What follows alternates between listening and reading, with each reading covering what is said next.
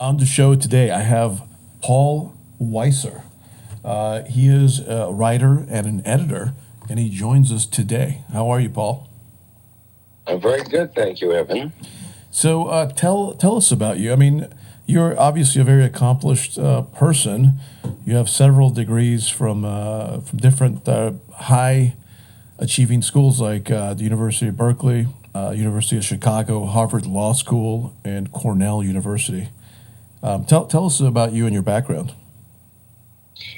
Well, I was an undergraduate at Cornell. I went on to Harvard Law School, but I didn't stay there. I didn't finish that because I decided that wasn't the right profession for me. And I could see people were eating it up for breakfast. So I went back to literature and got my master's degree in English at the University of Chicago. And then I came out to Berkeley and got my Ph.D. in dramatic art. And these days, I help people edit books and screenplays and doctoral dissertations. Those are the big three. But people come to me with all kinds of projects. And fortunately, for the past several years, most of my clients have been online.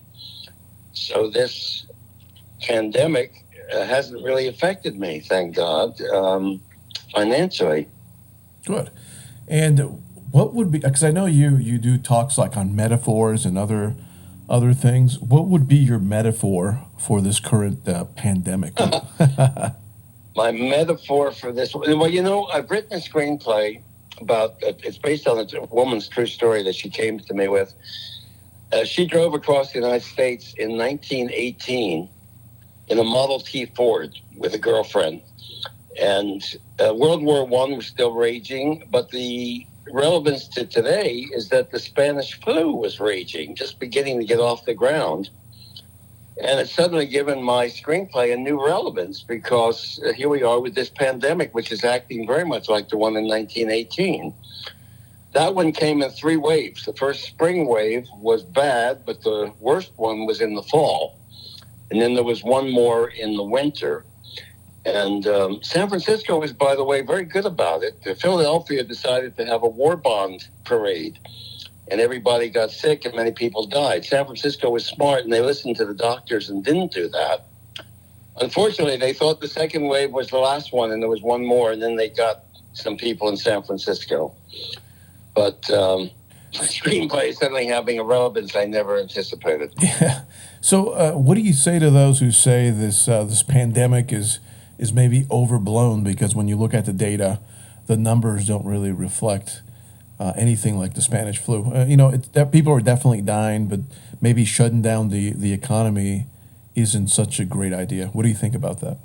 Well, I was having that very conversation this morning with my beloved client in Utah. He's originally from New York. He's a very nice man. He's a Republican, and he takes that point of view. I would be a little more cautious. We're dealing with a virus here that doesn't play politics. And if we start going back in and congregating close together, we might find ourselves very unhappy. Okay. On the other hand, there's this nice news about this new drug that's having promising results. So maybe there'll be a miracle cure sooner than we think. So do you think that people who believe maybe the pandemic is a little overblown tend to fall on the Republican side, and those who take it more seriously tend to fall on the more Democratic side? That's my impression. I was reminding my client this morning about the old Jack Benny routine. Yeah. Where somebody comes up to Jack Benny and says, "Your money or your life," and Jack puts his hand to his chin and looks at the audience, and the criminal says, "What are you doing?" And Jack says, "I'm thinking about it." So I think my friend is thinking about the economic consequences a little more than the health ones. Or also the constitutional ones, the freedom ones, possibly. Yeah, there's that issue too. There's a lot of issues we're having to deal with, and this is going to have some profound impacts on our lifestyle afterwards, I'm sure. Do you think things will go back to normal in a few months? Hard to say. Some fields are going to be very heavily impacted. Education, I would think, would be one, at least at the higher levels. There's going to be more, with things like Zoom, where people are going to take courses online rather than sitting in classrooms. I think there's going to be a lot more of that in all kinds of directions. Do you think something is lost when you're not in a classroom and you're doing it through a virtual setting? Do you think there's a certain essence and a certain learning that, although maybe not verbal, it's definitely something to do with the environment? Oh, there's absolutely something lost. With me working at home, where my commute is from my bedroom downstairs to my office upstairs, it has the advantage of no commute, but it also has the disadvantage that you can get cabin fever. Because, aside from going out for food and gasoline, I spend most of my time in one place, in my house. So, what have you been doing to mitigate that? Well, actually, I had to cut out two things, mainly a film appreciation class that I was taking to get out of the house on Wednesday nights, where we'd watch a film and then we'd discuss it. That teacher has switched over to Zoom. I haven't joined them yet. Somehow it doesn't have the appeal to me to watch a movie by myself and then go discuss it with people on Zoom. That's actually what I meant earlier by, do you think there's something lost when you're not in a classroom? Is that? Yeah. That was. I was coming back to your earlier point. That's exactly what's lost. That human contact is definitely a factor. But as I say, my life ironically hasn't been changed that much. I go out fewer times, once a week for food. I happen to have bought a lot of gasoline shortly before the crisis impacted, so I don't need to buy gas. And where would I go anyway? So the unknown factor, of course, is scary because we don't know if this is going to go on for weeks more or months more. I suspect months. How many months? Oh, goodness. If we have another wave, the way we did with the Spanish flu, this could go on through winter. And we have the history to show that that's the case, certainly with the flu. Paul, it almost seems like we're in a Stephen King novel. What do you think? This is true. Certainly unlike anything I've ever lived through. So, you've never experienced anything like this. This is like the first time you've ever experienced this kind of lockdown, this kind of isolation of society? The only thing that comes close in my life experience was I happened to have been in Israel with my mother in 1973 when the Yom Kippur War broke out. And all of a sudden, from being on vacation, I was in a war zone in a country the size of my native state of New Jersey, where, a jet plane could fly over from one end to the other in about 10 seconds. It was very scary. To think that I could be bombed out of existence, I had never been in a war zone. Americans are not usually, unless the soldiers go overseas to join one, we're not used to being in a war zone since the Civil War, I guess. Right. And that's as close as I can come to what I'm experiencing right now, the isolation, the unknown, the anxiety. And certainly the unknown of how other people will react when there are shortages of like meat and poultry and other things. If people start to kind of break away, like the veneer of civil society will start to break away. I think that's something that people are thinking about. Yeah, well, this absolute absence of toilet paper and hand towels, I've never seen anything like that. You go into a Safeway and the entire aisle is empty. There's nothing on the shelf. I've never seen anything like that since I lived for a couple of years in Yugoslavia, the former Yugoslavia, where they would get shipments of things, and when they'd run out, the shelf would be bare. But this is the United States of America. You're not used to that. Do you think there's a lot of writers out there isolated in their homes, writing things and contemplating new novels? Very good point. We're going to have a baby boom in about 9 months, that's for sure. And how about a writing boom? I think we're going to have a writing boom too. I'm as busy as ever. Some people think I should be more busy than ever. That hasn't happened yet. But writers calling me for helping them with their screenplays and novels and so on is just as good as it's ever been. So what do you have planned for the future, like in the near future? What kind of projects are you working on? Oh, well, I'm working this morning. I was working with a gentleman in Utah on his memoir. Tomorrow I'm going to be working with a 90-year-old gentleman who wrote a novel about 10 years ago that he totally forgot about. But when his wife died, he suddenly remembered it. And he's having a romance right now, a 90-year-old man having a romance with a 90-year-old woman.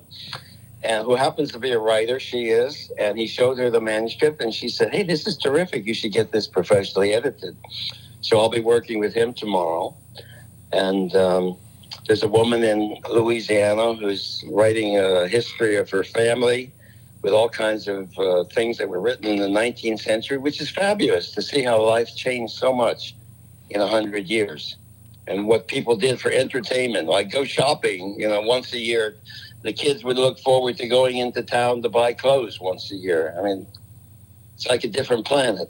It is a different planet. So when you read a lot of these novels and a lot of these works, and a lot of them kind of harken back to that time, do you think we're living in good times or in bad times comparatively to the past? Oh my goodness. It cuts both ways. I happened just this past week to have met a beautiful woman in Hungary who got in touch with me. The country Hungary got in touch with me, and we're flirting with each other and making dates. I mean, she's 8,000 miles and 9 time zones away. Couldn't have done that 20 years ago. On the other hand, we have this pandemic and some of the political thing, the divisiveness of the country, the polarization politically is not very healthy, I think. I'm assuming you're referring to Donald Trump. What do you think about Donald Trump? I know it's a very controversial subject, and people usually stay away from talking about it. But what do you think? I don't think I could say on the radio or on your podcast the terms that I would like to use. Okay, I think I know what you'd like to say. And that actually speaks to exactly what I mean. It's and what you said earlier, which is it's a very divisive time in America. Absolutely so. I was born at the very beginning of World War II. And I was just a child, so I didn't know what was going on. My father would show up with a pith helmet or something because he was asked to be a plane spotter. Of course, there never were any planes that flew over the United States and bombed us. But sometimes we'd go up in the attic, and I guess we listened to President Roosevelt on the radio. Not that I knew what was going on, except there was something exciting about sitting in the dark listening to the radio. Maybe that's another time. That's similar to this one, except I was too young to really understand what was happening. I think he's a disgrace. I think he's an embarrassment. I think he's a crook, basically, and everything that he calls his enemies and opponents is actually much more true of him. I mean, the crooked Hillary is ridiculous. It's crooked Donald 100 times more. Now we have Joe Biden being accused of some kind of sexual molestation. Well, look at the man in office. He has something like 25 women making accusations like that. And what do you think about Joe Biden? Do you think Joe Biden is competent to lead the United States? Well, I worry about just that he seems, even though he's a bit younger than I am, actually, he's a bit older than I am intellectually now. He seems to be a little slow on the uptake, forgets things, has to correct himself. On the other hand, he has a good heart. And I'm sure he would pick a young vice president so that if anything happens to him because of his health, that woman, apparently it would be a woman, would quickly step in and take over. So we have to hope that his vice presidential choice is a wise one, as I'm sure it will be. And do you think that, because I know you went to Berkeley around the time of the free speech movement. Yes. Do you think the free speech movement has made American culture better or has complicated things? I was here. I came out to Berkeley in 1962, and the free speech movement came a couple of years later. I was a graduate student at UC Berkeley at that time. It cut both ways even at the time because I wasn't appreciative of Ronald Reagan spraying the campus with tear gas, I'm sorry. Mustard gas. Mustard gas. I was thinking of that World War I story of mine where her fiance dies of mustard gas in the fields of France. Yeah. Tear gas, which I got to smell. But there were some very exciting things going on. And I, not too long after that, became a professor and got to see both sides of the desk that way. And there was a time when students got a lot more rights. the quiet generation. My generation was the quiet generation. But that generation that did those protests developed a lot of power for students. They got to sit in on the Board of Regents, for example. They got to evaluate the professors at the end of every course. That could cut both ways. Sometimes it was more emotional than intellectual responses going on there. But I think overall it was a good thing. And there was no looking down on students. They had a voice, just as workers are supposed to have a voice in management. I think overall it was progressive and did many good things. Berkeley changed not for the better. When I first came out to Berkeley in 1962, it reminded me of Paris. In the evening, there would be people sitting out on the sidewalks in the cafes and outside the cafes, and there were... Probably on Telegraph. On Telegraph Avenue is what I was thinking of. And there were 2 or 3 movie theaters up there, and that all went away. I guess with the street people and the drug people drove the students out of that, and people went back and retreated to their homes. So that part of it wasn't so good. But I don't know that had anything directly to do with the free speech movement. Maybe it did. Well, maybe it did. I mean, what do you say about the people say similar things about? I don't know if you're familiar with the Haight-Ashbury area, where it also brought a lot of the, like you said, street people and drug situation there, and people kind of went back into their homes and hid. Do you think that free speech movement or that kind of free love movement from the hippie era kind of invited and opened the back door to a certain element of society? Well, it brought a counter-lashing, a counter-revolution from the right, because people like Timothy Leary were saying tune in, turn on, and drop out, and I think that was irresponsible. People were taking LSD as if it were sugar cubes. In fact, they were taking it in sugar cubes sometimes, and that put some people in mental hospitals. It was irresponsible to have such illiberal thoughts about anything goes. I don't know. I guess the sexual revolution, for the most part, was good. That was brought on by the birth control pill, basically, which came out in 1960. I remember that because that was the year I started Harvard Law School. And I remember the birth control pill coming out and changing, as it turned out, the liberation of women immensely. When I was a boy, I used to wonder because in our writing, we would refer to he and him. We wanted to refer to the human race. And I kept wondering, why aren't the girls protesting against this? And it took 30 years, but they finally did, and now they do. Sometimes it's not so elegant. As an editor, you don't always want to have he, she, him, her, dragging through the whole paragraph. Right. And the solution is usually to pluralize and make things they as much as you can. But I think the editors have to swallow their pride and go along with the political progress. Yeah, what do you think about the pronouns? Do you incorporate modern pronoun theory or philosophy into your work? Yeah, well, this comes up a lot. Like, what do you do with Latino? Now we have this Latinx concept. African-American or Afro-American or Black goes through different phases at different times. Is it hyphenated? Is it not hyphenated? Is it African-American or is it Afro-American with or without the hyphen? The styles change. The preferences change. We have to keep up with those things. So I always work with my clients, you see, so I never put words in my clients' mouths. They have to approve every syllable that I suggest. Okay. Most editors take a manuscript, they work with it, give it back to the author. The author says, I like this, I don't like that. But I work with the author in real time, now on the computer, exclusively. And before this pandemic, 95% of my clients, 10 years ago, everybody sat next to me at my desk, or 15 years ago maybe. But I read their manuscript out loud to them. I make suggestions. I copy edit for mechanical errors.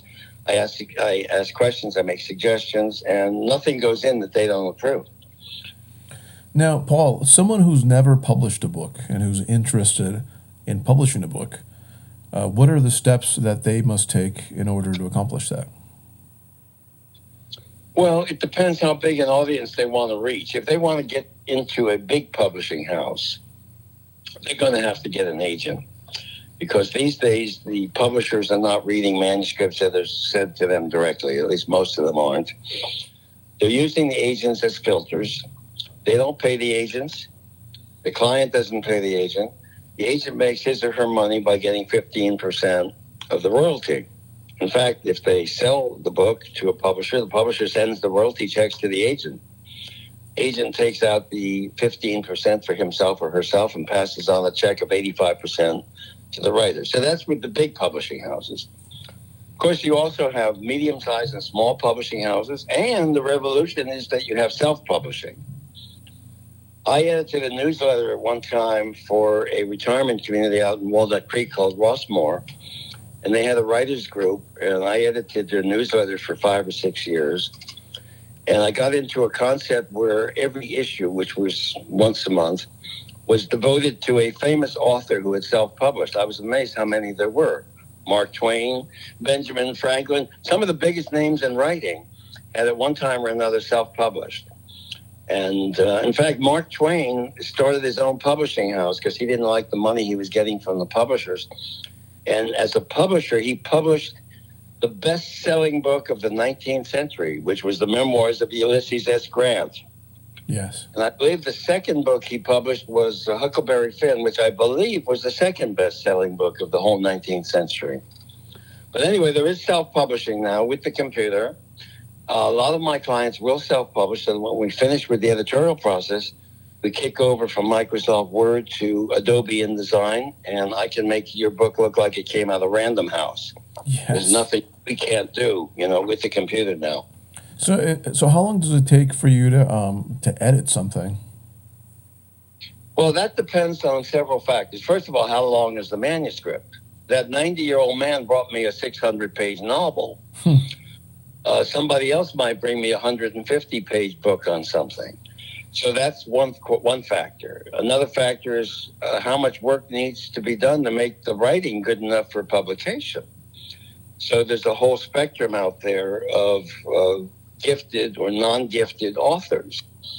When people ask me how many pages per hour can you edit, I will tell them that in my experience, it varies anywhere between 3 and 10 double-spaced pages an hour. It depends not only on the quality of the writing, but on how quickly authors respond to my questions and suggestions. Most people are very efficient with that, but once in a while I'll get somebody who agonizes over, should it be wide, or should it be broad, or should it be tall, or should it be high? I'm giving you a real example from a real person. And she could literally spend hours over questions like that, and the clock was ticking, but she could afford it. So those are the factors. And also, how many passes do we do? I recommend 2. What I call the micro edit, the first pass, where you're paying attention to every sentence, every syllable, really. And then you want to read it more naturally after you've done all that, and take a test drive second pass. And some people are more perfectionists. They can have the budget and they'll want more passes than that. So there's no one answer. There's no one size fits all. It's not like McDonald's hamburgers where everything is the same. In your opinion, what makes a great book? Oh, my goodness. Oh, wow. Well, that's like saying, who are my favorite authors? I guess I'd go back to the ones that I chose in college. Maybe of all time, I'd probably say Franz Kafka. Why is that? I loved his imagination. He anticipated fascism and the Holocaust without having lived through it. And he was a brilliant, he had a brilliant imagination. So if you ask me, what are the ingredients that go into great writing? I guess there's so many variations on that. I mean, there's the novelists who started out as poets, and they have beautiful diction and vocabulary, but somebody else may have concepts that are just absolutely overwhelming, like George Orwell with 1984. The classic. Yeah, wonderful authors out there. And what do you think we're living in 1984? There are resemblances to it. I'm amazed with how The Big Lie You know, the Nazis said if you keep repeating a lie over and over again, the people will believe it. Yeah, and that was Joseph Goebbels. Joseph Goebbels, indeed. He did say that. I don't know if it's true or not. I remember Bill Maher once said that Donald Trump used to read, not that he read much, but he used to read the speeches of Adolf Hitler for bedtime reading. Do you think that's true? Well, I did see it in one other source. I can't remember where it was, Atlantic or Nation magazine or someplace, so it might well be true. So other than writing and editing and dedicating your life to literature, what are other hobbies that you have outside of that? Well, I just mentioned sculpture, which is if you came to my house, you'd have to trip over sculptures all over the floor. I've always liked photography. My dad was a dentist, and dentists in the old days used to develop their own x-rays. So my dad had an x-ray room, and he taught me how to do that kind of developing and fixing with photography, black and white. So I've always had a love for photography. And I love the theater and film. And, you know, it's amazing. I was telling a friend of mine, there's a Brownie camera that appears in my screenplay from the 1918 story. And when I was a boy, they still had Brownie cameras that looked pretty much like that. Wow. So photography, at least at the lower level, for kids anyway, and the average person, didn't change that much for about 20 years. Were they point and shoot cameras, or were they like Rolleiflex cameras or Mamiya cameras? I'm talking about the really basic point and shoot camera, fixed focus. You didn't focus it. There was no lens to 35 millimeter. No, it wasn't even 35 millimeters. I don't remember now what the number was. Something like 120. I don't know what that referred to. Millimeters, I suppose. And of course, back in those days, you would wind up the film into a canister and have to take it someplace to be developed, and then you'd get your developed negatives a few days or a week later. Maybe you'd have some positives made. It wasn't like instant photography today. You take the picture in your camera and you've got it, in your phone. I mean, I love photography, and although I own several digital cameras, when I take photographs with a medium format camera and develop them, I mean, the results are impressive, and you cannot compare them to digital photography at all, in my opinion. Well, I don't know. You can have a lot of fun with Photoshop, and even within design, I find, when people self-publish their books, if there's any pictures involved, it's wonderful to be able to marry the text with the pictures, where you can enlarge up to a point, or it or crop it. There's a lot of things that haven't changed that much, except that you can do it right away, and you don't have to wait a week to get your pictures back. I mean, but if you develop your pictures, you could also have them scanned professionally and use them in a digital format for editing and such. Mm-hmm. Well, there was a time, I think I was just telling somebody the other day, when the Polaroid was the big thing, Right. In between the old photography and the current photography was the Polaroid, where it was such a hot thing that you would take the picture and, a moment later it would pop out of your camera and there you had it in your hand. I love my Polaroid camera, but of course that's 20 or 30 years ago. What kind of books are the ones that sell the most, do you think? What subjects are they, like self-help books, novels, instructional ones? What do you think? Oh dear. Well, there's all these different markets. If you get a book there's these books out there where the agents tell you what they want and how they want you to submit to them, and the agents are divided into categories. I could reach behind me and open one of those books and you'll see, I don't know, about 20 or 30 different categories. And I'm sure there's bestsellers in all of them. So there's things about education, there's things about gender issues, there's things about politics, there's fiction. All those categories have their bestsellers and have their audiences. Right. Paul, it was great having you on the show today. I'm really impressed with your background. You're very knowledgeable. And where can people find more information about you? My website is just editor-writer.com. You can put 3 W's and a dot in front of that if you like, but I think it will go to it even without. Paul, thank you again, and have a wonderful day. You too. Nice talking to you.